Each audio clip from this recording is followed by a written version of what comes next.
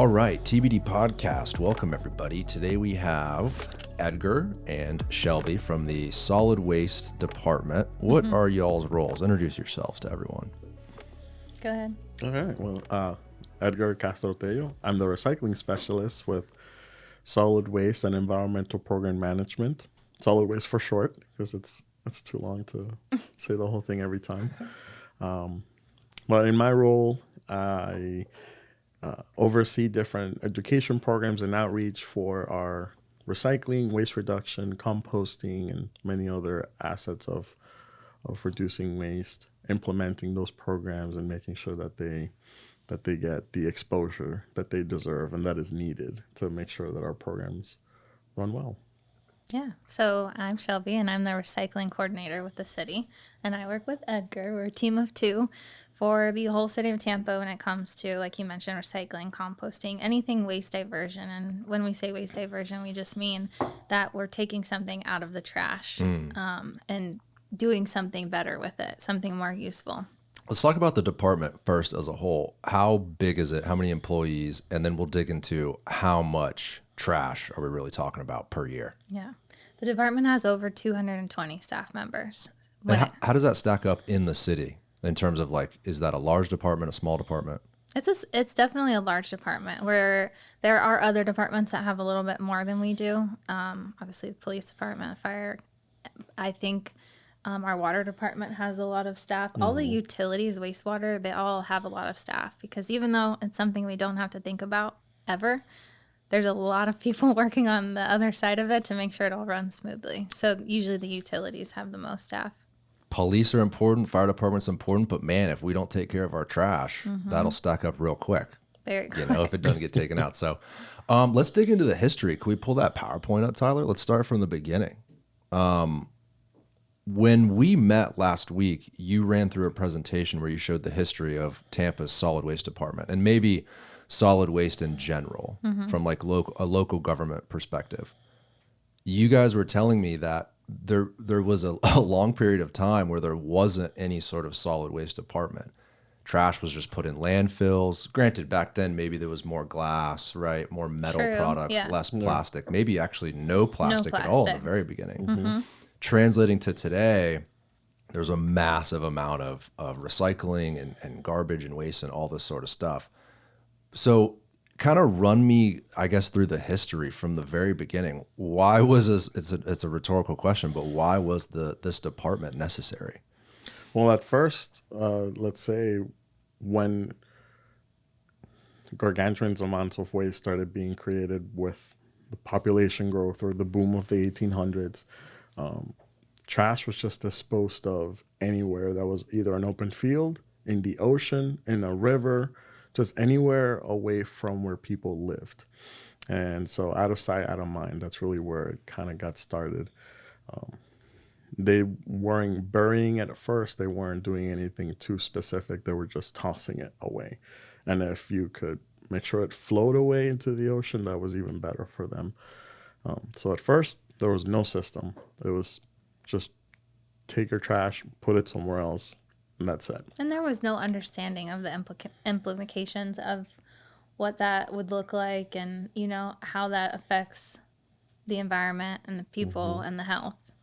It was just like, we have this extra stuff. What do we do with it? We throw it away. And almost a weird way, too. The waste, well, I wouldn't maybe say not as harmful. Certain petroleum products and glues and adhesives and stuff like that was thrown away. But if it's all glass, right, like there's not necessarily an issue with burying glass in the ground, right? I mean, glass still takes, some of the estimates with glass is that it still takes 1 million years for it to decompose or to break down. Oh, never mind. So glass, even though glass does have some natural properties to it, sand, but it has other chemicals that are added into it when it's being burned. But once it's made into glass, it still lasts a long time as that structure of glass. So some of it might still be around from back then, but it's probably deep buried somewhere because it's heavier, so it's not going to be floating around in the ocean. It's not going to be as exposed or accessible to animals. But My dad actually found when he was younger. Do you have that behind you, Tyler? That Ybor City Bottling Company bottle? Can you check that out? It's super cool. Yeah, he found that. It's probably could be 100 or so years old. If it's not near you, don't worry about it. But it's kind of interesting. Like it does last forever. I guess you're right. Yeah, Where did he find it? I don't know. I think he was just kind of Digging in the ground as a child. Digging around. Well, back then, my dad was born in 54. Like, man, I mean, this is Davis Islands. There wasn't really anything going on. Every other house was an empty lot. He told me, don't worry about it, Tyler. He used to go hunting on Harbor Island. He used to pull his little boat up and shoot rabbits when it was, I think it was called Sedon Island. Just a different world. So I'm sure he was just kind of kicking rocks down the train tracks and found a bottle and thought, oh, this is cool, and kept it all that time. But anyway, so the history. So obviously it was a problem. It started to build up. That's what the city probably realized and said, okay, we need a department to handle all of this sort of stuff. And interestingly, where we met, which was, I think, your administration center, right? Where you first drove to. That underneath that building was a landfill. So that land was owned by the city for a landfill since probably the 20s or something. Well, I don't know if that one was owned by the city back then. It's hard. I don't know the history of all of them, but it has trash buried in it. So whether it was a city-owned thing or the city took it on afterwards, that's the question. But either way, yes, it has trash buried under it. And a lot of sites in Tampa have the same setup. IKEA. It's on what we call a brownfield site, which is a site that they do assessments to see what the trash looks like in the ground, and it's basically a way that they can develop land, and instead of it just sitting because people are too nervous to deal with what may be under there. So it doesn't even have to be that we know there's trash. It's just there may be perceived contamination. So brownfield is a state-run program to help those areas become useful developments, and IKEA is a really good example of that. That's a massive area too. IKEA. Armature Works. Yeah, Armature Works as well. Too. So that building was used as the barn, car yard where they would work on the streetcar. But you're talking before that or around that time? Well, before that, and Eulalie as well. That whole site is considered a brownfield. So they did assessments to see how deep trash went in there, what the contamination was like, and it's through that state program. And so then they're able to build, and they have some funding that comes from the state to help developers see that it's worthwhile to develop there. So, and eventually that's how they discovered through this program of reclaiming the land for a new use. That's how they discovered the spring. That's right, by Eulalie. Eulalie. There, the fresh So that water. was buried initially? Yeah. I had no idea. It was so completely the Eulalie, covered. Wow, just with garbage and dirt and time, etc. Other stuff. There were other industries there as well. All those hazardous material and things that had to be cleaned up. But yeah, it was all underneath all of that. That's wild. Yeah. Tampa doesn't have that long of a history, like maybe mid 1850s if you go all the way back, like to the very, very beginning. Think about a place like Boston, right?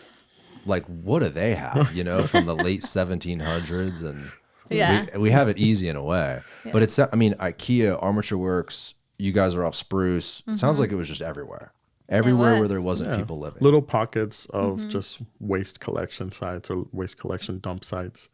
And those are like the bigger ones that we know about. Right, yeah. So it could literally be under us right now. It probably is. So the creation of the solid waste department was obviously to organize the waste that was happening from the residents in Tampa. And the safety and health aspect, because it can cause sicknesses, illnesses. It's not safe, if you have a bunch of just broken glass or something. Right. It becomes dangerous and a big issue for safety and health of 100%. Residents. Tyler, go to that picture in the beginning of the slideshow that shows the black and white photos in the very beginning. Yeah, look at that. I wonder what year this is. This doesn't look that old. We actually know the years. So the horse and carriage dumping material was around the 1920s. They're dumping material straight into the ocean. That one was 1908. Was that 1908? Yeah, 1908. sorry. There you go. Early 1900s. Yeah. The Bottom picture left below is is 1920s. 1920s. Yeah. So they started a little more of a true system of getting a truck in place. It's interesting to look at a photo like that and just imagine what they were thinking. Like maybe they thought, yeah, it should go in the water. It sinks and it floats around and then we don't have to deal with it. Great idea. Yeah, honestly though. Right. Yeah, I mean, the ocean was just this vast thing that was a catch-all for so many things. Right. So what's another wrapper? What's another bottle? What's right? That was the mentality. I mean, in colonial times, people used to throw their bodily refuse out into the street, and it would flow through the center of the street. Yeah. If we were to think about how ridiculous that is now, in the terms of wastewater, that is so unsafe and unsanitary. But yeah, there they were walking down the street with people's poop. Yeah. Just flowing down the center of the street. Plague took effect. Wonder why. So moving into what? Maybe like the 1960s, something like that. Actually, this photo is actually from 2005. This one on the right? Oh, the one on the right. Yep. Yeah. They fooled me with the black and white. I know. But that yeah. one on the left They fooled probably me is too. from 1920s. That one's the 1920s time, is what it was labeled as. Top left was around 1908. Got it. I'm way off. I'm gonna stop guessing. Well, So That's fun. 2005. Very cool. Okay, next slide, Tyler. What do we got? And feel free to just rip it with the history. Sounds like it's being formed instead of in the ocean. Now we're collecting it. We're at least being organized with it. And then maybe what? Home services started to take effect probably around that time. yeah. And then the city built an incinerator to burn the trash. So the one on the left there is the incinerator that was original originally incinerator. built. When Wow. did we say that one was? I think that was also 1920, late 1920s. And Yeah. back then they were just burning They everything. were just burning it and making Burning. sure that the smoke would just go up and not stick around. That was the only concern, I think. That was the advanced technology of the time. Wow. And where was this located? This old burn house. I don't know the exact That area. location we don't know. We don't That's- know. It's not that's where still a it's not where the It's mystery. not the plant is McKay today. Bay site. It Now was a on the different right, site. this is more modern. This doesn't look too old. Yeah, This is still existing today, right? We drove by this one.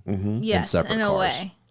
Yes. So, so this is the facility on the right that's being completely renovated, correct? Yeah, so this is the somewhat original, I think, of the and it was an incinerator to start, and then in the 80s they made it into a waste to energy plant, so they retrofitted it to Oh, interesting. be able to create the energy from burning the trash.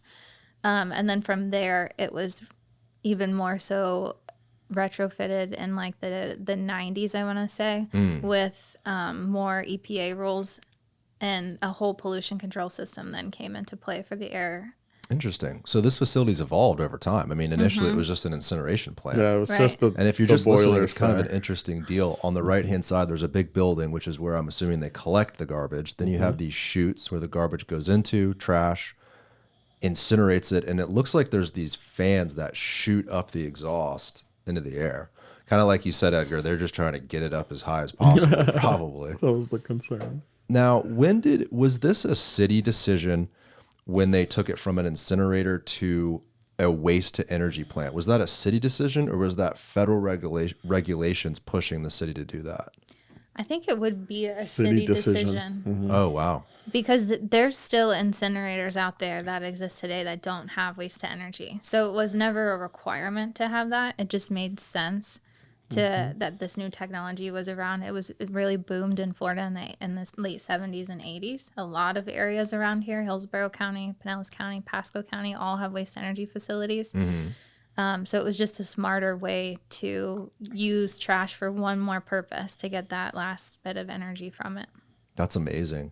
Yeah, it's evolved so much over the years, and I'm in a way surprised it's not driven by the federal government. It seems like the environment is something extremely important to protect. You would imagine that's the federal government coming into local government saying, hey, you guys need to do X, Y, Z. It's interesting that it's purely city driven. So Tampa doesn't have to do this.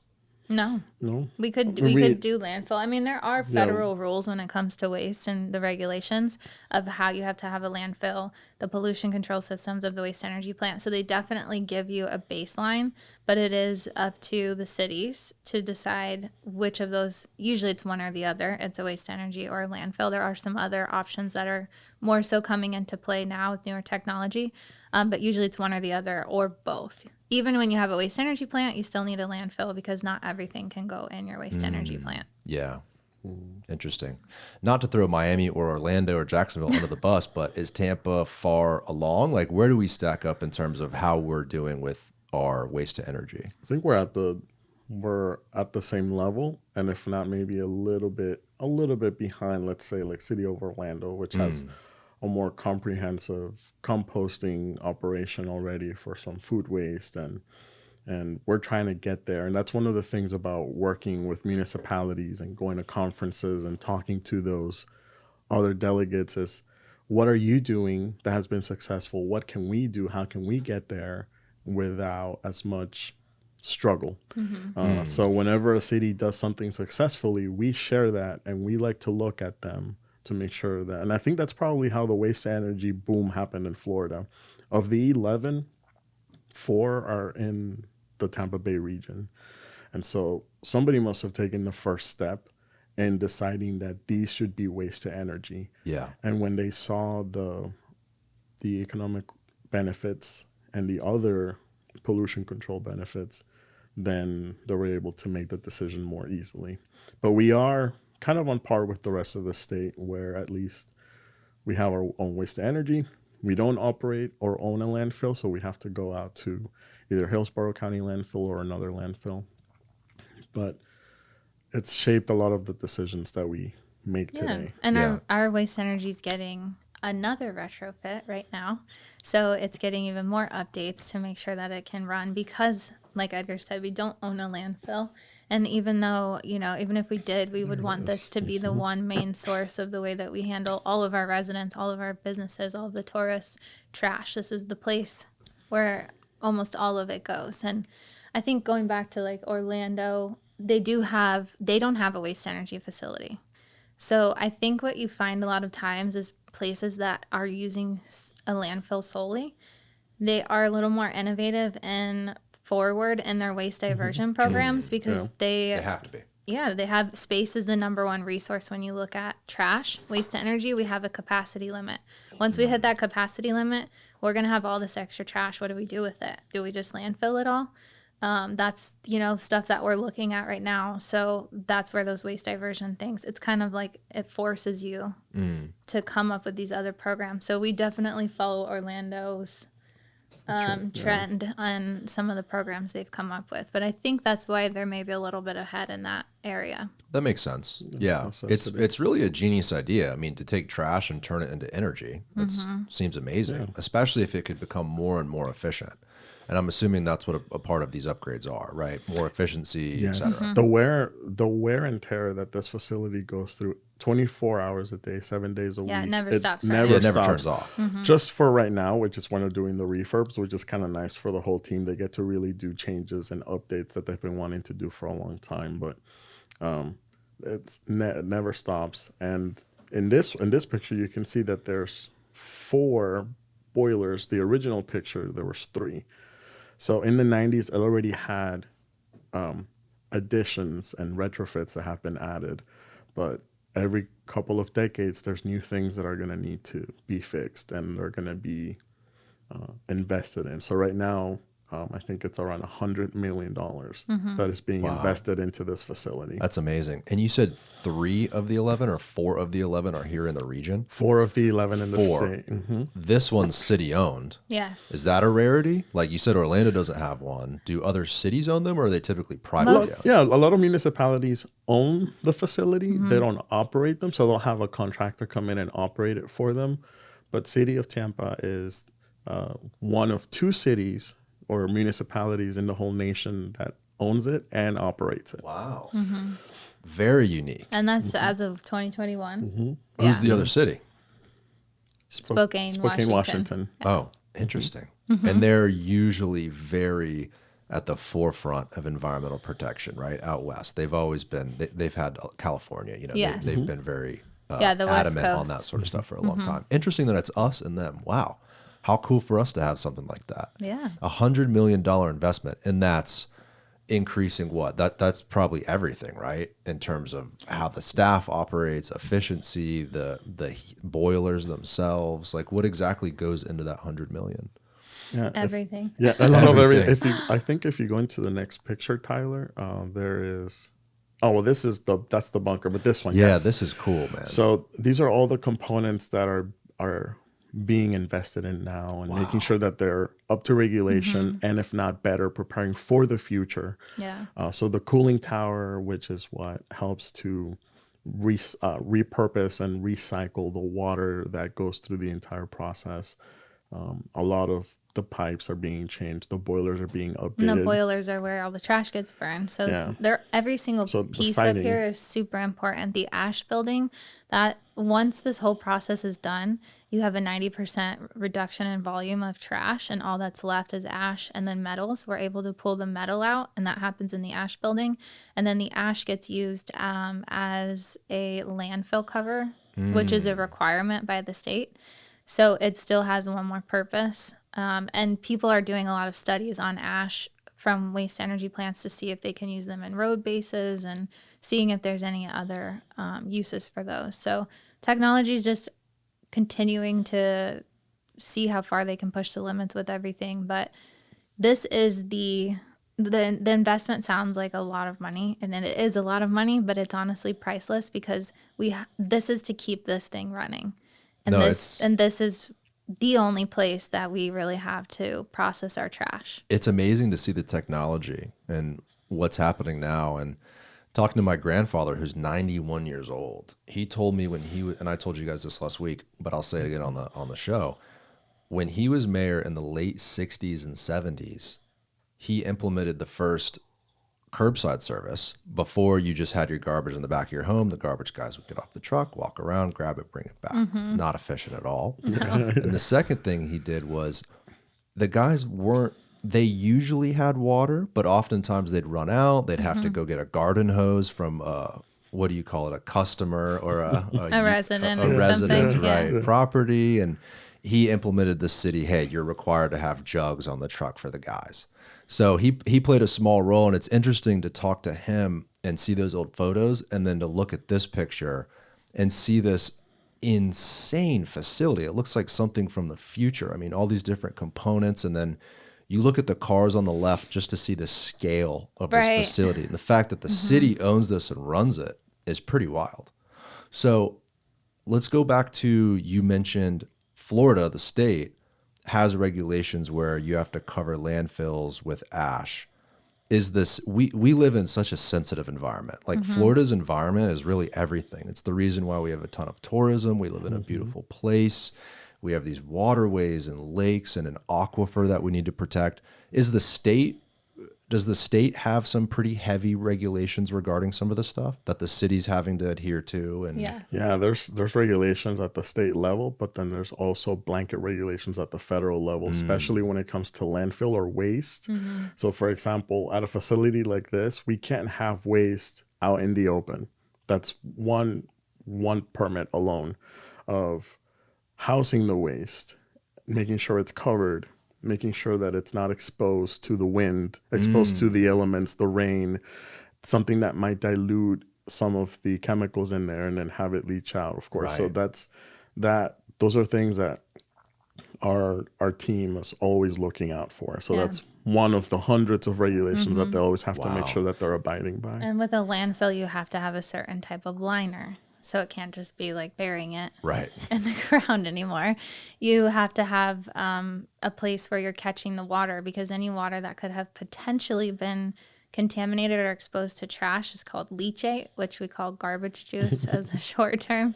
It's not the Very most, fitting. not the cutest name, but it has to be treated in a specific way. So there are a lot of regulations on any waste management site that you'll ever see. They have so many different things in play that they're looking at and tracking and making sure are running correctly to meet those regulations. I know this is outside of y'all's wheelhouse, but the phosphate pits it's almost like a phosphate landfill, right? Isn't that a byproduct of the mining, and then they have to store it in those huge hills over there? How, like, I know they had a disaster a couple years ago. I think they had what was it, like a break or something, and Yeah. the water flushed out into the bay. Horrible, right? Are they regulated by the same rules as you guys? Technically, that's waste too, right? Yeah, I think that I think they probably have their own set for that specific type of material that they Right. have, but they definitely have. Yeah, I think it's radioactive. The EPA is definitely has rules for them. I actually Yeah. get emails sent from the EPA, and sometimes they'll talk about Piney Point and what's going on and the updates on that. And Yeah. so I know that they're, it was a little bit retroactive, I think, unfortunately, but Yeah, I would imagine there's a lot of eyes on that. When you have these massive pits with radioactive water right on the edge of Tampa Bay, like, it's a disaster waiting to happen. So the city actually doesn't own any of the landfill. You said you can't burn everything. You can't turn all waste to energy. Maybe not yet. You have to have a landfill. You have to utilize a landfill. So this is private companies in the county that own these other landfills that you're taking the trash to? Hillsborough County does operate a landfill that we can utilize every now and then, depending on their capacity. That's one of the things, is a lot of municipalities are at capacity, so they can't really take anybody else's waste too often. But we do have a partnership with Hillsborough County's landfill for during storms or any other time when there is an influx of material. But there are private landfills out in the county that we have contracts with that we can utilize. So if we have a boat or large pieces of a whole car or things like that. So usually scrap metal from a car can be recycled, repurposed. But there are other things that they can't repurpose. And if it can't go into waste to energy, it has to go to one of the landfills. Yeah, I'd imagine you can't shove someone's yacht into the waste to energy. That probably won't work. So is the city looking at purchasing land for its own landfill, or is that something you're leaving up to the county and private companies? Well, I think right now our focus is the waste to energy plant and making sure that that's up to par for a lot longer term use. I don't know if down the line they may look at something like that, but right now I think we're in a pretty safe space with the partnership that we have with the county. Yeah, you mentioned they're full though, so I'm thinking, well, probably not easy to find a new place for a landfill. Like, and theoretically, you can't just build a mountain like 500 feet in the air. You're gonna have to find other land. There's gonna be a point where we probably need to figure out, okay, well, where's the next landfill gonna go? And that's where that necessity will bring more innovation into the state. So just how other states have implemented a lot of policies that make industries repurpose, recycle, compost, we're seeing more influx of industries that are coming into the state to repurpose construction and demolition, or organic waste, or yard waste, for example, which we'll talk about later as well. So those companies are coming into the state and they're finding that there is the need for it in Florida, and that's very welcome. We want more industries that can repurpose material, because one of the things about waste is it's really wasted opportunity. And we every now and then we like to call it material management instead of just solid waste. It's also I don't really like that title anyway. Just solid waste. It's not the prettiest But name. the material management aspect is we have this item and we can do something with it instead of just calling it waste. Right. So little by little, that in the industry is also kind of changing. Well, we might be a state that has to figure it out in a very quick way versus other states, because we have this horrible perfect storm in a sense where we have extremely high growth, a ton of people moving here, which creates more waste. We have a sensitive environment with our waterways, like we explained before. And then our state, we're not Texas. Like, we don't have that much room. We have water. We're on a peninsula. There's water everywhere. There is innovation that's going to have to figure this out. Has to over the next few decades. Absolutely. Yeah, and it's a question that's being asked in the city right now. Our director will get a call from maybe like the mayor's office saying, "Hey, what are we doing for waste diversion?" And our director will talk to us and be like, let's come up with some things. We got to figure this out. And it's something that's been in talks forever. I mean, recycling is a form of waste diversion, so that's been around for decades. And now it's just, what else can we do to make a bigger impact? So we are thinking about it. Even if you don't see it all happening on the outside, there's a lot of work being done behind the scenes. It's good to know. That's really good to know, because you look at the growth and you look at a plant like this, and when you talk about landfills and how they're running out of space, you think, okay, there's a clear pinch point coming up in the future. Innovation's quick, though, it seems. You guys were just at a conference in Orlando educating yourselves on different technologies regarding plastics and all that sort of stuff. How long have you guys each been working at the City of Tampa? And then I have a follow-up question is, what have you learned in those years that, you've implemented or plan on implementing? So I've been with the City of Tampa for almost 5 years. Yeah. And I guess like the solid waste industry, what I love about it is you never stop learning. From the outside, people think probably like it's this gross industry of where you just deal with trash. And it's so much more than that. And there's so much to learn and so much growth, especially in our area. We don't have a ton of waste diversion programs that we have implemented. So it's kind of exciting that we're in this position at this time where the opportunity is coming and we're able to learn and look at a mixed waste processing facility. What would that look like for the city? What would this technology look like? How would we do food waste diversion? So that's been one of the coolest things that like you just said, I went to a conference last week. I learned so much that I had no idea about. Yeah. And I've been in the industry of solid waste for around 7 or 8 years now. So. And there's a ton of focus on this subject, which is really cool. Nationally and internationally, like the whole world is looking at plastics and waste and trash, garbage, whatever you want to call it, in general, because it's getting to a point where you see pictures of, like we talked about, the garbage patch in the Pacific Ocean, and it's like, okay, we need to figure this out. There's like 8 billion people on planet Earth. We all produce a lot of trash. We do. Too much. How do we deal with it? We're too trashy. Yeah.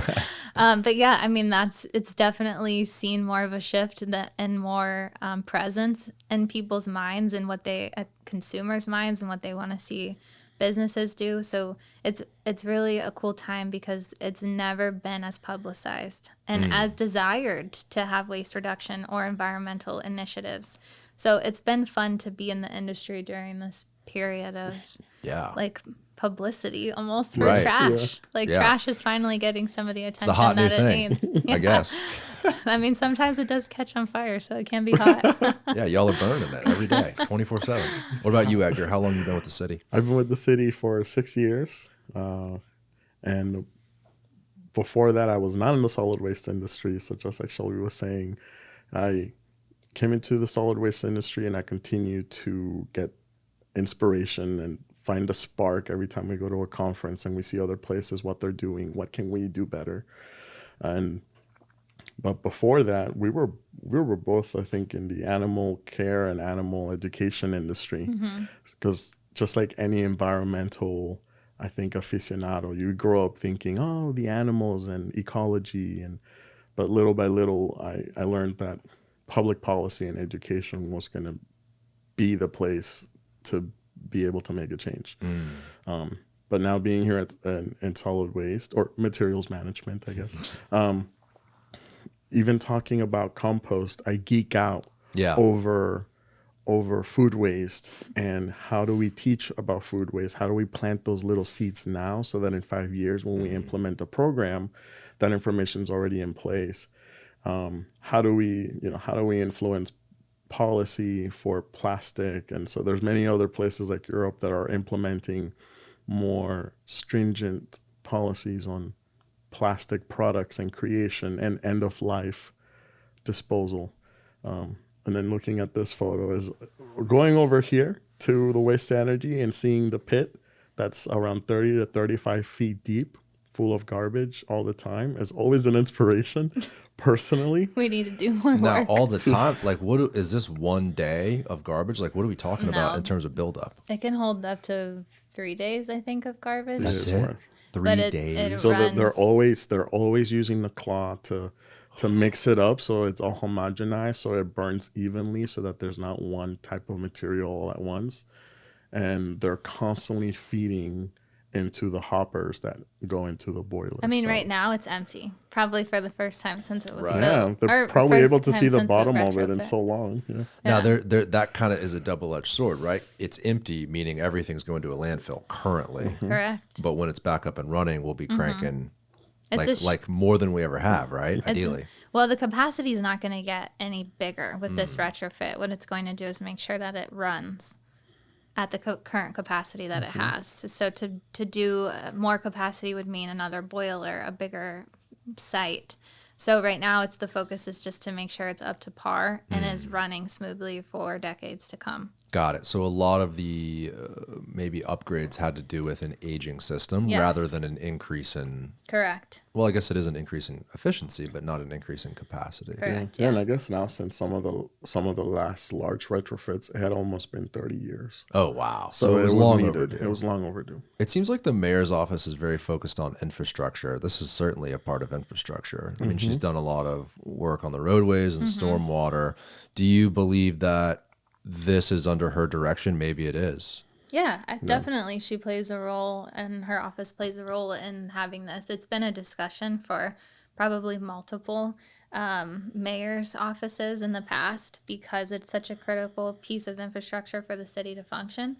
But her office played a huge role in getting this going. I mean, $100 million Yeah. thing is not easy to get approved to make sure that the city has a place to process garbage. So No, she finally got it done. Thank you, Mayor Jane.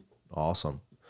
So where were we? We kind of wrapped up with history. We were talking about education and your roles. I did want to touch on, since you guys have been here since COVID in your positions, did you see it less garbage or more? Maybe more because people were ordering a bunch of stuff online. Like how did COVID play a role in this whole picture, this timeline? yeah, COVID played a Make big. sure to talk into this. Oh, Yeah, I'll get closer. You're good. COVID had a big role because what we saw was not necessarily more or less trash. It was just different in the ways that we were viewing it. So residential trash went way up. There was way more of that because everybody was at home, and then the commercial side of waste went way down because so many businesses had closed or temporarily closed.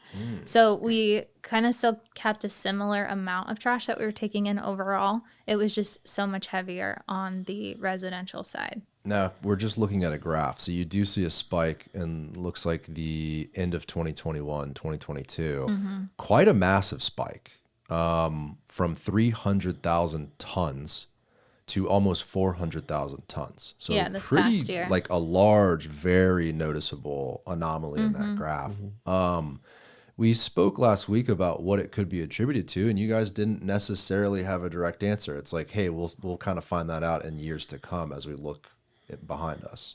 It's very interesting to see that spike. Yeah, sometimes it might be a mixture of either tourism or with more people moving in and new places opening up for people to live, but then also an increase in events as well. So a lot of the events that bring people into the city. Well, there was a lot going on in this timeline. I mean, you have Stanley Cup championship, Super Bowl championship, Super Bowl in Tampa, multiple, obviously, Gasparillas, yeah. So there's quite a bit going on. How are you measuring the weight? How do you know how much garbage you're getting? Yeah, we measure everything. Nothing comes into our facility without being weighed. So anytime a truck comes in, it gets weighed on the way in, it gets weighed on the way out. And we know exactly how much garbage has been left at our facility. So this is a real number. This is not a guess. Not fake news. Yeah, This not is fake news. real news. Real numbers. Real tonnage. It's such an incredible amount. Like 400,000 tons is how many pounds? 2,000 pounds per ton. Yeah. So I'll let you do the math. Damn. So what is that? 8 It's a million? lot of zeros. It's hard to do it live on the show. I think it's more than that. I think it's probably a number that I don't even know how many zeros it goes up to. It's crazy. It's an incredible amount. And then you think of a place like New York City that's so dense that has room for no landfills. Like, how the hell? Well, I guess they don't do a very good job. If you watch the news lately, they're on strike and they're having problems with their garbage. But That's do all. you ever look at large municipalities that have very dense urban cores and then try to figure out, wow, like logistically, they're dealing with something completely different than we are, but we're heading in that direction to become way more dense. Yeah. Like our ways. urban core is going to be like, we have a picture over here by Studio HB that shows a lot of the new developments that are coming in the next really only decade or less. Yeah. Like we're talking about a vastly different urban core between now and then. I'd imagine you're looking at those cities trying to figure out, well, how the hell do they do it? Yeah, our team has to look at examples of how those downtown areas in those large cities handle curbside collection without posing a sanitary threat to life on the street. So here, even in downtown, we have to look at different ways of collecting waste from businesses or the high-rise condos and making sure that the collection is safe. So even receptacles, looking at other cities, what receptacles they may use and how accessible it is for our trucks to come in and service next to cars that are parked so close to them. So there's so many obstacles that our drivers already face. And so in a very urban, high-rise area, hasn't been much of a challenge until the last decade for Tampa. So we're looking at other cities. But the good news is, it's coming. We're becoming more dense. So the fact that that's not a secret means you can plan, right? And figure out what technologies we need and what codes to establish for these new buildings to figure out how the hell you get the garbage out of there, right? Exactly. So or the recycling, which is something we also talked about. I wanted to talk about the recycling too, because in the last few years, Amazon and all these deliveries have made an explosion. A lot of people get goods through the mail, which comes with boxes and cardboard. That wasn't really a part of the equation 10 years ago. There was probably, I bet y'all probably know, but I would imagine there's been an insane increase in recycling materials over the last few years. Yeah, there's definitely been an increase. We see a lot more cardboard boxes, like you're saying.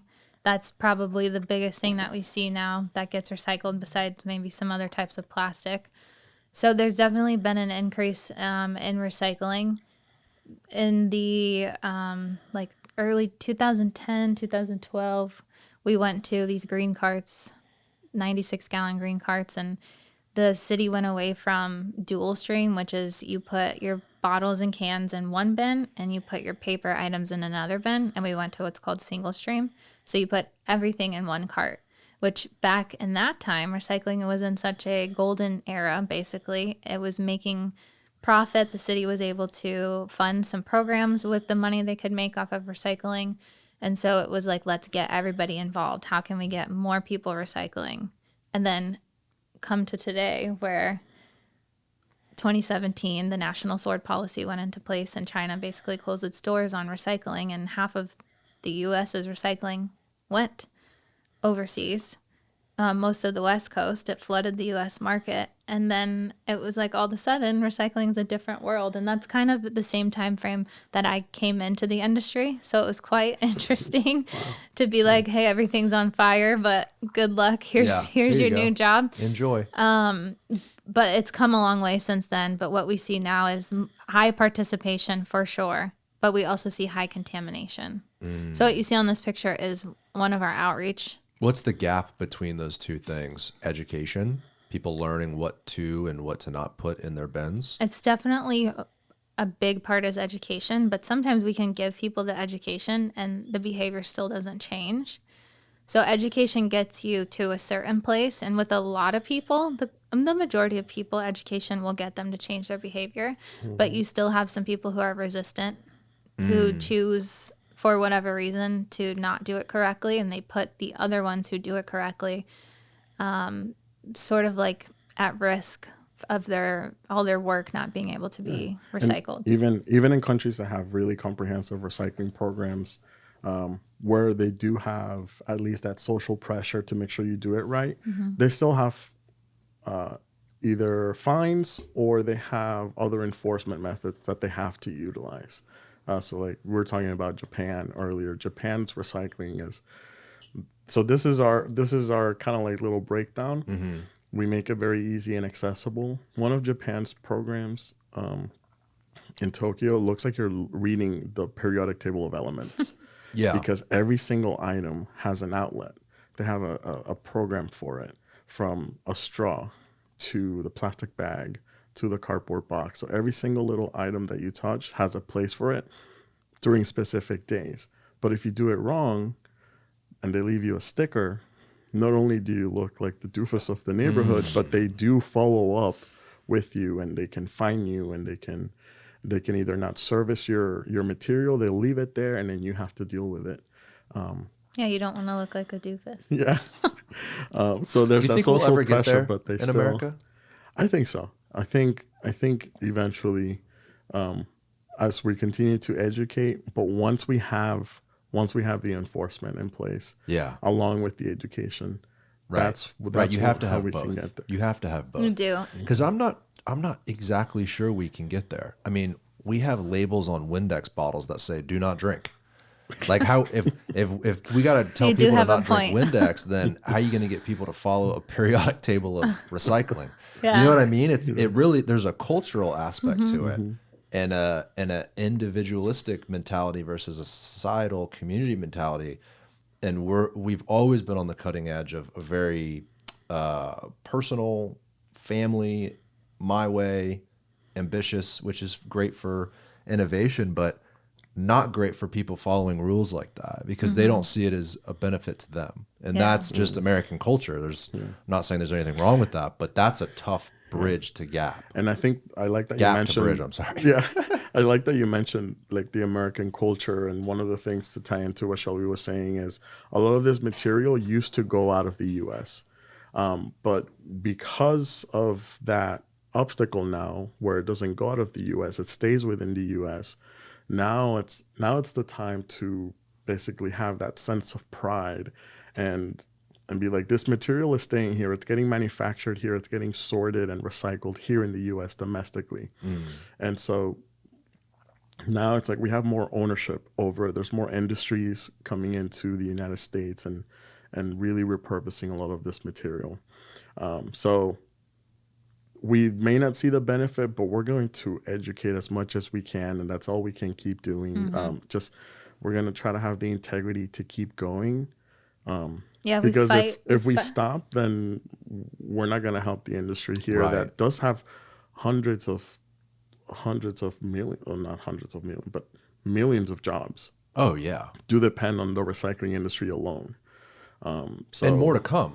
And more to come. All the technology and the innovation in this field will produce more jobs. Like this, moving forward, because there's so much attention on the environment and sustainability, it could be a way more massive industry than it is now.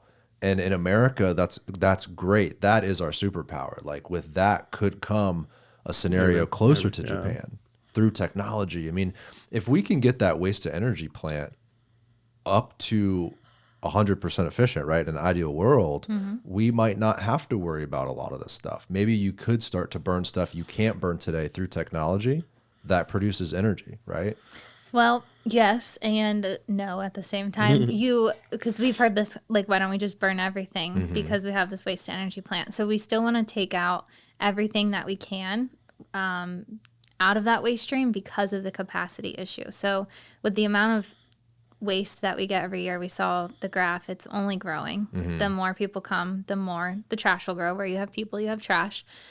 And we have to save that space for the absolute last resort of all of these materials that we have nothing to do with them. So all of that recycling will still have to be done. And that way, even though it's a better option, than it just being landfilled or being litter, of course, recycling is still a step above waste to energy. So it is on the waste hierarchy, it is higher than a waste to energy. So we want those materials out into the recycling so that they can be reused. So all of the resources of pulling that material from the earth can get another life cycle rather than just putting it through the waste energy plant. The hierarchy thing is interesting. Is recycling at the top, reusing something? No, recycling is like number 6 in our hierarchy that we have made. I love it. Let's hear the hierarchy. We Do we have have- a slide? Or Sure, do we- yeah, we have. Yeah, pull We it up, have Tyler. Some Is it where we start with number 1. There's a lot of R's. So, you grow up, you learn the reduce, reuse, recycle, and in that order. And that was kind of 1 through 3. But we've learned more. And so we've grown this list and we've made it even better. We do have to break a lot of people's hearts when we say just because you're recycling doesn't mean you're an environmentalist, because it kind of kicks off that way. But Edgar always likes to say that recycling is the gateway to environmentalism. Here we are. Yeah, here it is. 8 items on here. Rethink number 1. The U.S. produces 30% of the world's waste, but is only 4% of the world population. Whoa. And that number has grown since the last time, since we published this. So we have to update it to be a higher number now. Now, that's not including our efforts to recycle, our efforts for waste to energy, anything we've talked about. That's just the amount of waste we produce. Yeah, just because there's anything certainly we're other dispersing. countries that produce and pollute way more than we do. Well, yeah, but per capita, we are producing proportionally for our population size, we are producing Almost the a third. most. Wow, Yeah. that's crazy.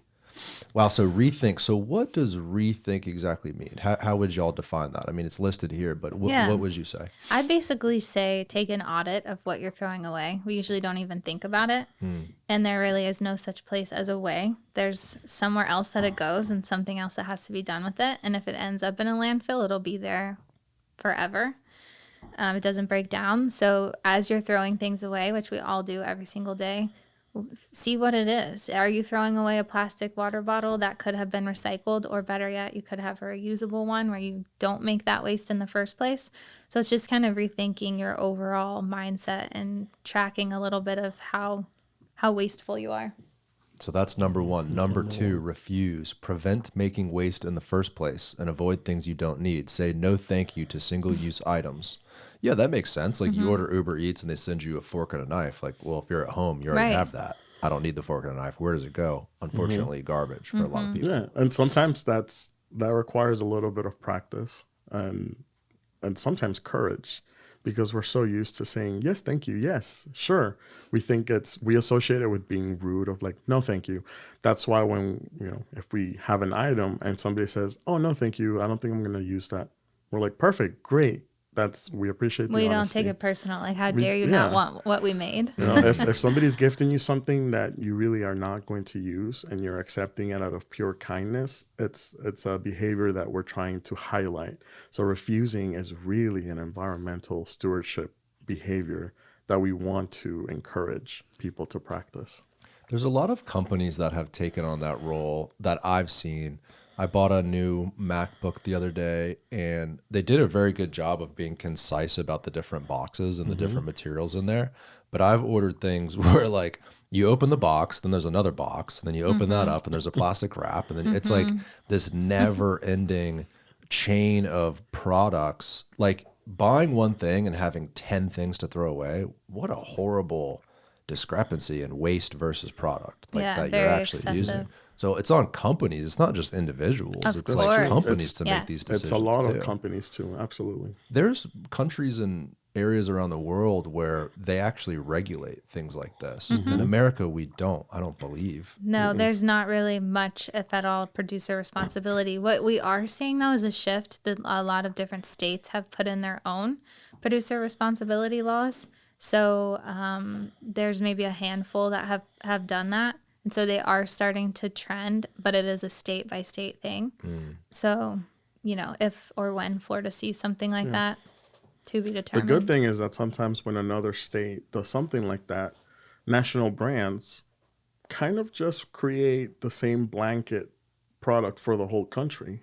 So sometimes an example of a state kind of just domino affects the rest of the industry. So like if California is directing companies to make paper-only deodorants, then it makes sense that same company, that brand, would just switch over their process little by little so that it's just more efficient for the entire process. Yeah. So then we feel some of those positive effects. Right.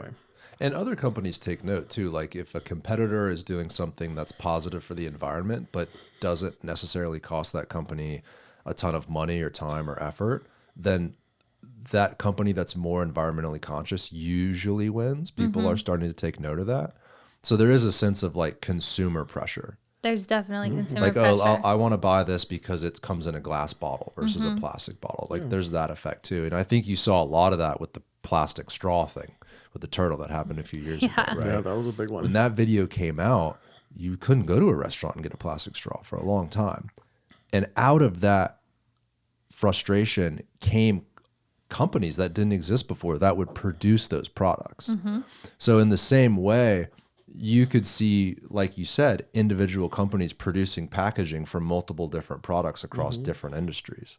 Like that's the best thing that could happen is more videos of turtles and people being harmed, right? And then companies take note and if make they a saw change. the real horror of what the pollution would cause. Right. It is happening. It's just not caught on video. Well, it's like what you said about away. Like it goes somewhere. And if people knew whatever they were throwing away, if they knew the end result, whether it was in the ocean or a landfill, they might feel more of a sense of responsibility to be smart about what they do with whatever waste they're disposing of.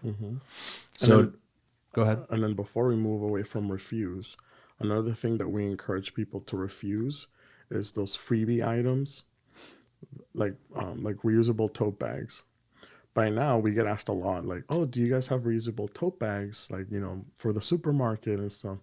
And we're like, "We don't give those away anymore because by now, people either hoard them and don't use them, or they just don't want one, and they have tried before and they just can't bring themselves to utilize them." But we also highlight that having all of these reusable items but not reusing them is just as bad. Yeah, if you have 40 tote bags that just sit there in your trunk. This sounds like you found an employee who was like hoarding them, and now you've changed the policy. A lot of people do this. A lot of people have a junk drawer with a lot of these. That seems like a great idea to me, right? If you go to the grocery store and you don't need 8 plastic bags, doesn't No, it they make are sense? great. And They are great, but yeah. everybody has them, right? Do you have reusable totes? You don't? No, well, I think we have a couple, but Wow, you might be the only person. Tyler, do you have any? Okay, you guys need to get some. But a lot I of can't call y'all. No, Y'all you don't make them cannot. anymore. They sell them at the grocery stores though, so convenience. A lot of people, what Edgar was meaning was a lot of people will go to all these different events and they have 75 of these tote bags. And at that point, it's not an environmentally friendly thing because the massive amount of resources it took to create each one of those tote bags Right. that's just sitting there Right. basically collecting dust. You have to use the reusable items for them to make sense. A reusable tote bag may have to get used up to 100 times for it to match the same resources it took to make a single-use plastic bag. So those are some of the things you have to think about. It's not environmentally friendly just because it's reusable. It's environmentally friendly because you're reusing it. Got it. That's a very important distinction. And what I was thinking of is the example of like the conference you guys went to. If every booth has a giveaway, Yeah. and you end up walking out with a bunch of Yeah, stuff you're yeah. not going to use. Well, Right. isn't that going against the entire point of what you're right? Exactly. Yeah, the novelty of the item wears off, and then you're Right. like, okay, what do I do with this? Right. Well, probably throw it away, right? Or put it in your junk drawer and let it sit Yeah, there. I'm not gonna lie. We have a few like Lululemon bags and stuff like that hanging in the closet. Oh, we'll reuse this. Okay, we'll see. There you go. You got tote bags. Yeah, a couple. All right. So number 3, reduce. Adopt new habits to minimize resources used every day. We've kind of touched on that. Yeah. New habits, which comes with education, right? Like you kind of have to see another person doing it before you do it, right? In general, and you need to see these programs. Do you guys have like a video or of some sort where people are gathering different ideas for household items and, oh, did you know you can reuse this for this way and that way? Yeah. We do have We have a website. Yeah, we have on the website, we have a list, which is tampa.gov/waste reduction. We have a list of examples like that. And pretty soon we're going to be also publishing one on the savings of switching to something reusable. So using cleaning rags or cloths in the kitchen instead of paper towels, how much does that save you?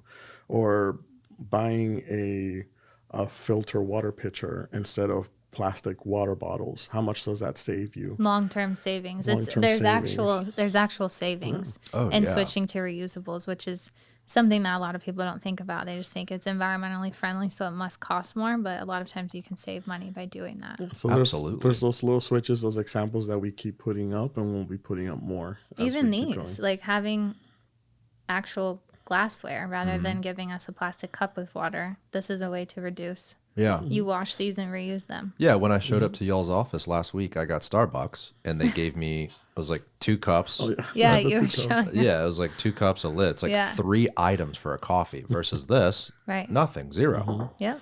So number 4, reuse, get crafty. We just talked about that, right? Repairing items, etc. Rot, roughly around the number 5, rot. A lot of R's. Roughly around 40 to 50% of your waste is currently compostable. Wow. Half? Yeah, and that's based on our CD numbers. So we do have another graph later on that we get to see. But here in the city of Tampa, up to 50% of what we're disposing is compostable material, meaning your it's trash cart. organic based. Whoa. It's that high. Yeah. That includes paper and cardboard. So you were mentioning boxes Right. and shipping of things. Cardboard is a compostable material. Yard waste, food What- waste. So just to touch on recycling real quick, just so I understand. Like a recyclable material like a cardboard, where does that go when it is recycled, when you guys take it away? Yeah, so we're basically the hauler in a way. So we take it from a resident's home. We have a contract with WM, formerly known as Waste Management, and they have what's called a MRF, a materials recovery facility. Since we can put everything in one bin, they have to then sort it back out into its same categories. They bale it, and then from there, another company will take it, break it down. Cardboard is like a fiber item, so they break it down into the fibers, and then they can reuse it and build it back up. So it's kind of like multi-steps, lots of different companies involved. Businesses, industries, Yes. yeah, and then creation of different products from those fiber materials. Interesting. Wow, but half of it's compostable, and that includes cardboard. That would include some paper products, Yeah. banana peel. Food waste, yeah, Yes. all of the food scraps. And the reason that it's so important and much better than recycling to compost it is because you're repurposing the nutrients. Because all of those things have nutrients that can go back into the soil, back into agriculture. We take a lot of nutrients from the soil and growing food for the state, and we don't replenish it. We have to use fertilizers to replenish it. Those big mounds we were talking about, a lot of that phosphate is used for fertilizer. Yeah, when a lot of this stuff goes to waste. So a lot of that is really closing the loop and creating a circular economy of, instead of having to create a problem, we're just using the same material to replenish the soil and educating about that as well. So for somebody who does a lot of yard work and they have leaves and they, a lot of people hate the leaves because it kills their lawns. And it's like, well, the leaves are supposed to be there to replenish the nutrients for That's the why they're tree called to keep leaves. growing. You're Leave them supposed to there. leave Yeah. them. Supposed to leave them. So we're taking the nutrients away. Gutter. Yeah, exactly. Definitely not that. Don't blow them in the gutter. So we're taking those nutrients, and then we complain when our soil needs fertilizer, Right. because we're taking away those really helpful And things. fertilizer has its own issues. Well, yeah, Obviously. you go to the store, you have a paper receipt, you have the plastic fertilizer bag. What do you do with that? Throw it away. That goes to a landfill or gets burned. It's like this, like decisions that are made in regards to this whole conversation add to more Exactly. products and trash and waste versus if you just were to compost, like you're saving all of these steps along the way. And with composting, the runoff is not dangerous to the rivers, the bays, the oceans, the waterways. We have fertilizer bans at certain times of the year because there's too much nutrients, one type of nutrient getting into the water, which can help, spur worse red tides or different things like that. So by composting and just using that as your nutrient-rich soil amendment, you avoid all of those effects of what fertilizer may or may not. The fact Do. that it's around half of waste, It's a lot. that's crazy. Why aren't people doing it? Is it gross? Is it confusing? Is the process something that people don't understand? I don't personally do it. I don't really know much about it. To me, though, because it's half of waste, that would be something I'm sure you guys are very much focusing on. So you're saying you want to sign up for our backyard I composting might be, program? I might be, yeah, We'll give you the info. test study. A perfect candidate. Yeah. We have. There's all of those reasons. It just depends. Some people don't know. They've never been around it. Yeah. Some people think it's gross. It's really not though, because anytime we're throwing food away, we're usually touching it. Like a Right. banana peel's in your hands. It doesn't become gross until you put it in the garbage can, and then all of a sudden it's hands off. We can't touch it True. anymore. So it's accessible in a way that the city has a backyard program. So you can get a free bin. All you have to do is take a workshop with us. We teach you how to do it. We make it very simple, and you can set it up right in your backyard. They also have kinds of composting where you can do it if you're in a place with no backyard, called vermicomposting, that uses little worms to break down your material. So it takes a little bit of commitment, though. So people do have to have that desire and that want to learn and to do this, but it is not hard. Even though it might seem like it, it can be easy. Our ultimate goal would be to have a citywide, some sort of like, say, looking like, I don't know how long down the road, 10, 20 years down the road. Hopefully not we that collect, yeah, hopefully not, but at least by then, maybe. Right. We collect organics, which would be your yard waste and your food waste, together to take them to get composted so that residents Ooh. wouldn't have to do it themselves. What an interesting idea. And other cities do that. It's just a huge challenge. There's a lot of things in the way that have to be worked out ahead of time to get something big like that. Contamination is an issue. We have high contamination rates in recycling. So thinking about composting, you don't have room to clean that contamination out as easily as you do with recyclables. So that would be a little bit of a scary journey, but other places have done it. So that's one of the things that we do look at as one of our long-term goals for the at city. least right now, we started with our yard waste. So all of the yard waste in the city, as of February 1st of this year, does get composted. Really? At least, yeah. So they pick up yard debris from the front yard and it goes to get composted. Is this a private corporation you're taking these goods to that Yeah. you contract out? Yep, we have a contract with a company called Veranza. Fantastic. And that's brand new as of February. Yeah, as of February. Yeah, and we started communication for it in the fall of last year, letting people know that this change was coming. And of course, we have all of the means of communication, the newspaper, the news, but sometimes it's not until your service gets missed that you didn't know that this change was coming, where we're not accepting plastic bags. Because once those plastic bags go into the grinder for the composting process, that it's impossible to get those millions of pieces out. So we wanted to make sure to get those plastic bags out. Got it. Yeah, that makes sense. Interesting. But that was the first step to make sure that we could Yeah. start composting large scale. Wow. And if you were going to compost large scale 10 to 20 years down the road, right? The full expression of what we're talking about. What is it a third bin? Like how exactly would that be taken away? It would probably have to be a third bin. Third bin. And that resident would have to sign up and get their own bin and There'd be a bin, and then you'd put the specific accepted items. It'd be similar to recycling, where you have a list of items that you can put in there, and the city will then take them away to be composted. if there was front yard service, that would be amazing. But maybe a step in between is to have like each neighborhood has a little area where you go and drop off your compost. drop-off sites. That would be kind of a cool deal. Yeah, Yeah, that's that would be a something we've great talked pilot, about yeah. also. Yeah, interesting. So moving on, number 6, recycle. Help turn existing items into new products and reduce the need for additional natural raw resources like fiber, trees, fossil fuels, metals, and glass. We kind of spoke about recycling. And number 7, recover. What does recover mean? Scroll down, Tyler. What do we got? This is our waste to energy process in a way, Ah, and other ways interesting. of getting energy back from the rest of the waste. Yeah, energy recovery. So we're recovering. So garbage that is not recyclable or compostable still has potential. Interesting. Energy recovery, which generate fuels, heat, and power from waste.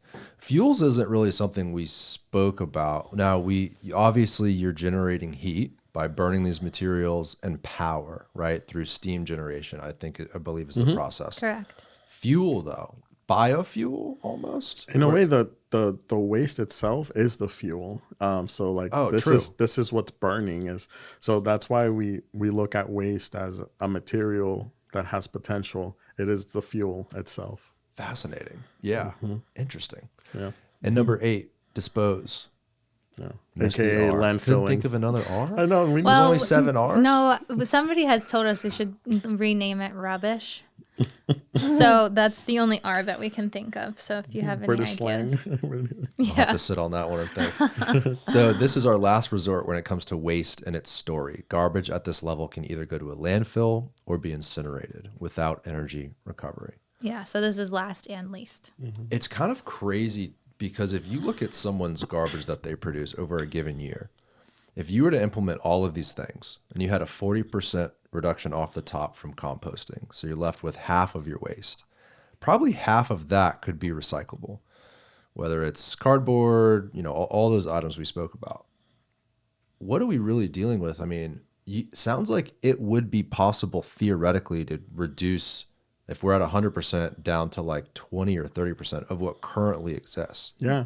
It's almost like you knew our study, because that's exactly right. It's around 70% reduction we could do with recycling and organics removal out of the trash Massive. cans. Yeah, there's actually one of the pie charts that we have in there, Tyler, is of the breakdown Oh, pull that up. of the waste Yeah. by category. It's That landfill company's not going to be happy though. Well, They're going to go, where's all our garbage, dude? You're using it. The good news is even with the 70% reduction for those businesses, they'll still have business. Yeah, they'll figure it out, right? Yeah. So composition of cities material disposed, percentage by weight. Now, again, these are real numbers. You're measuring all of this. You're getting the data. So the largest is food waste. Wow, 21%. Compostable paper, food waste, and yard waste.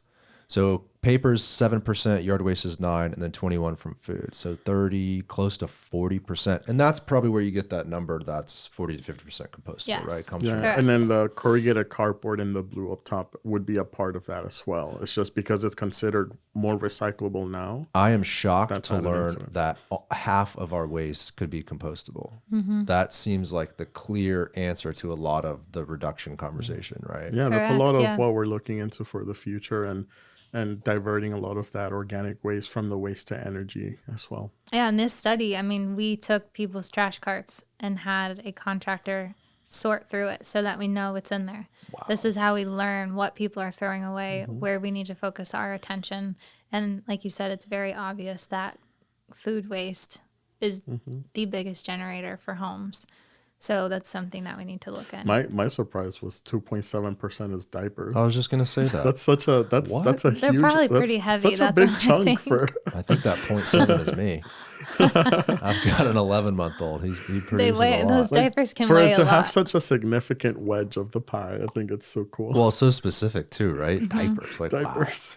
I mean, that's more than e-waste. That's more than so many things on this list. That's more than cans, more than twice as cans. There's a lot of moisture and baby poopy. So That's it true. makes- That's true. Wow. Amazing. Now, these are categorized by color. So what are the different colors here? Green is compostable. Blue is recyclable. Well, Blue, I guess, is both compostable and recyclable. Yeah, the blue and the red are the recyclable items. But the corrugated cardboard can also be considered for green, which is compostable. It'd be interesting to look at this graph over a long period of time. I'm looking at newspaper 0.8. 30 years ago, that was probably like 20%. Way more. Yeah. Right? And cardboard was way less. Yeah. Right. Yeah. Yeah. Yeah, It's, people used to get more newspapers delivered than boxes in the 90s. oh so my God, totally. now it's completely flipped. Yeah. And it's time that we do another one of these. This one's a few years old, so it's time to see what's going on now, because I'm sure it's changed even in that short of a time frame. Wow. So let's talk about compost more specifically. I don't know if you have any more slides on that, but because it's such a big part of the conversation, I really want to talk about the city's program.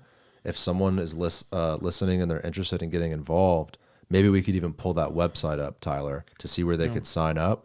And you said the city program actually has you out, teaches you how to use it, and provides you with a compost bin. Yeah, it's a virtual workshop, so you can attend from your home, and you get a bin delivered to your house. So you don't even have to leave your house if you don't want Easy to. as that. It's The website is tampa.gov/compost.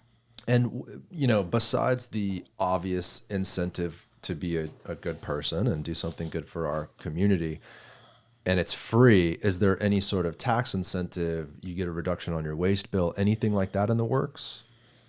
Not in the moment. I think eventually that would be a great incentive.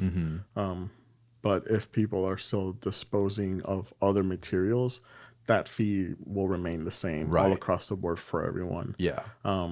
But once we start to see a huge reduction from the residential side of the organic waste that we're collecting, then we can visit that idea. But right now, there's not an incentive. Yeah, you can click on that.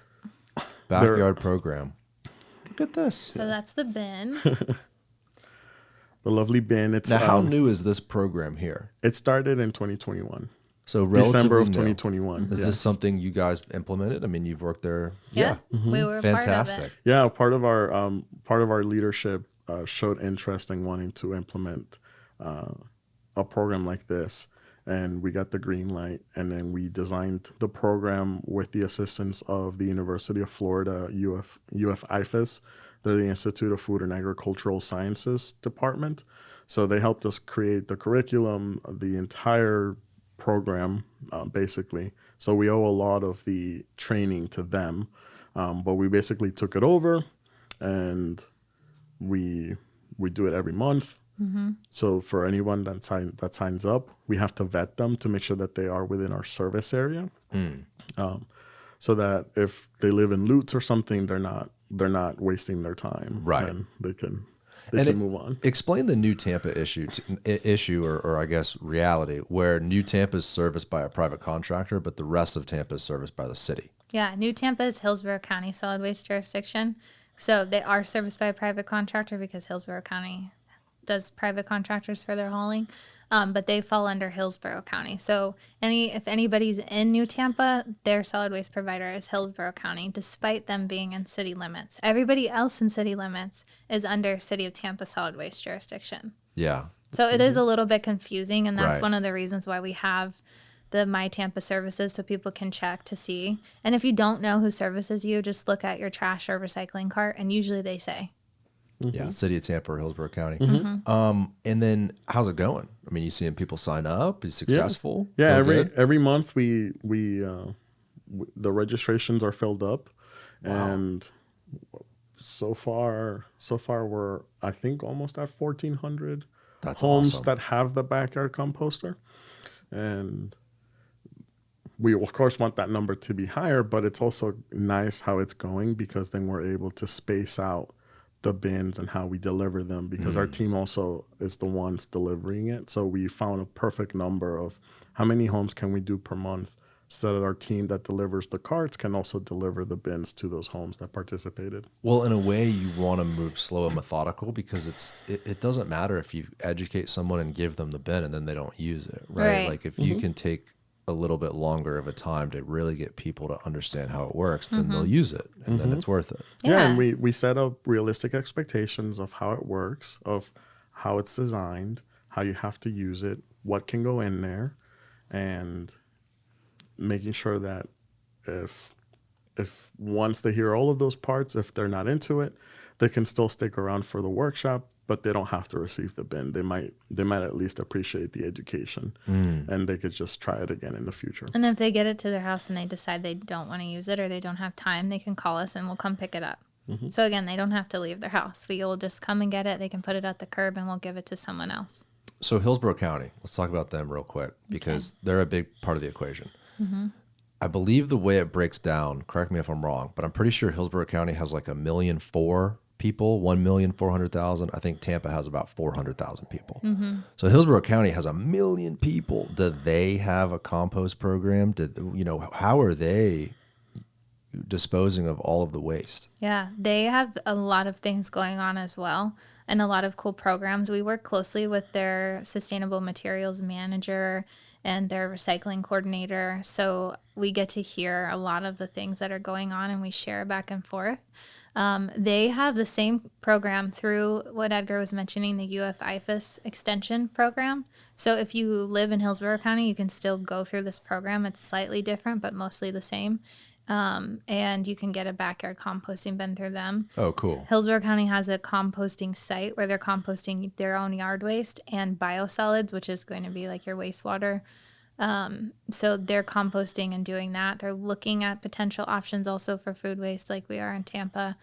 And we're all kind of working towards the same goal, but maybe doing it in slightly different ways depending on the landscape of our jurisdiction. There it is. Yeah, Hillsborough so County. maybe not all is lost if you're in New Tampa. You can probably No, check definitely out. not. Yeah. You still have options. Yeah, you still have options. Although then you might deal with maybe your HOA doesn't allow composting. I've seen that before. Could be. I've seen there's Correct, deed restrictions that don't allow stuff like that.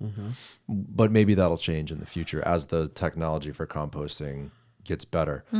It's one thing to have a little heap in your backyard. It's another Right. to actually have this bin that probably holds some smells in and some materials in and stuff like that. Some liquids like you mentioned. Yeah. If you do composting correctly, it really shouldn't have a bad smell though. Oh. That's See, one of the myths that like, oh, it smells or it's stinky, but if you do it right, it smells like earth, like just dirt, and it's the most wonderful. We call composting black gold because of all of the nutrients. It's so nutrient rich. Yeah, you don't need to buy fertilizer anymore. You don't need to buy fertilizer. It holds its own weight in water by 6 times, so it holds onto moisture really well. It helps to reduce erosion, and it's an activity that you could do with your family. That's one of the benefits that we miss talking about a lot, and it's connecting kids back to nature and getting their hands dirty and either gardening or doing something so that you are grounded with the planet that we're on. And I know it sounds very like tree hugger or granola, whatever it may be, but those are things that we lose. We lose that. We lose a part of like our human experience. And so these little things get you in touch with your waste, with nature, and sometimes you get to see a little mini ecosystem of worms and things in there. That's fantastic. I love that. I mean, it's so important today. We get reconnected with, being human beings and nature and the environment. We've gotten so far away from that, and maybe other countries, have it worse than we do, but we're figuring it out here. And as you guys are in control of a relatively small part in this entire conversation of worldwide waste, but it all starts with the community. Right. So it's awesome. Look at all those happy families Yeah, composting look at together. that. This is like a The TV commercial right here. Yeah, for and the composting. mental health aspect as well. There's been so many studies that have revealed that being outside, seeing green, helps your mental health state. And so with so many mental health issues happening, this is at least one part that can alleviate, let you relax a little bit. And I enjoy it. I mean, I like it. I think it's cool. It's fun. I'm trying to sign up. I'm actually buying a new home, so maybe we'll do this in the backyard. Yeah, well, you know who to reach out I to. definitely do. Especially Well, with listen. the price of vegetables and fruits and herbs. Yeah, Growing your own stuff is kind of cool. 100%.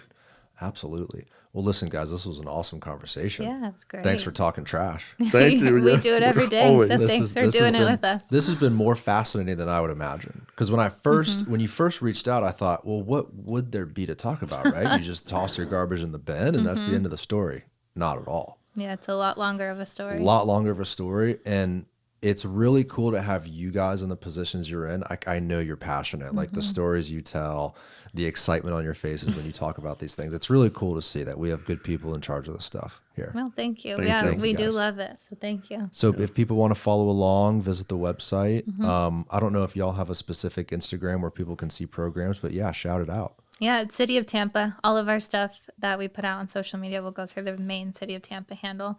Our website is tampa.gov/solid waste, and you can browse recycling, composting, waste reduction, any of that. And we do have an app. So the Tampa Trash and Recycling app, you can get it on any smart device.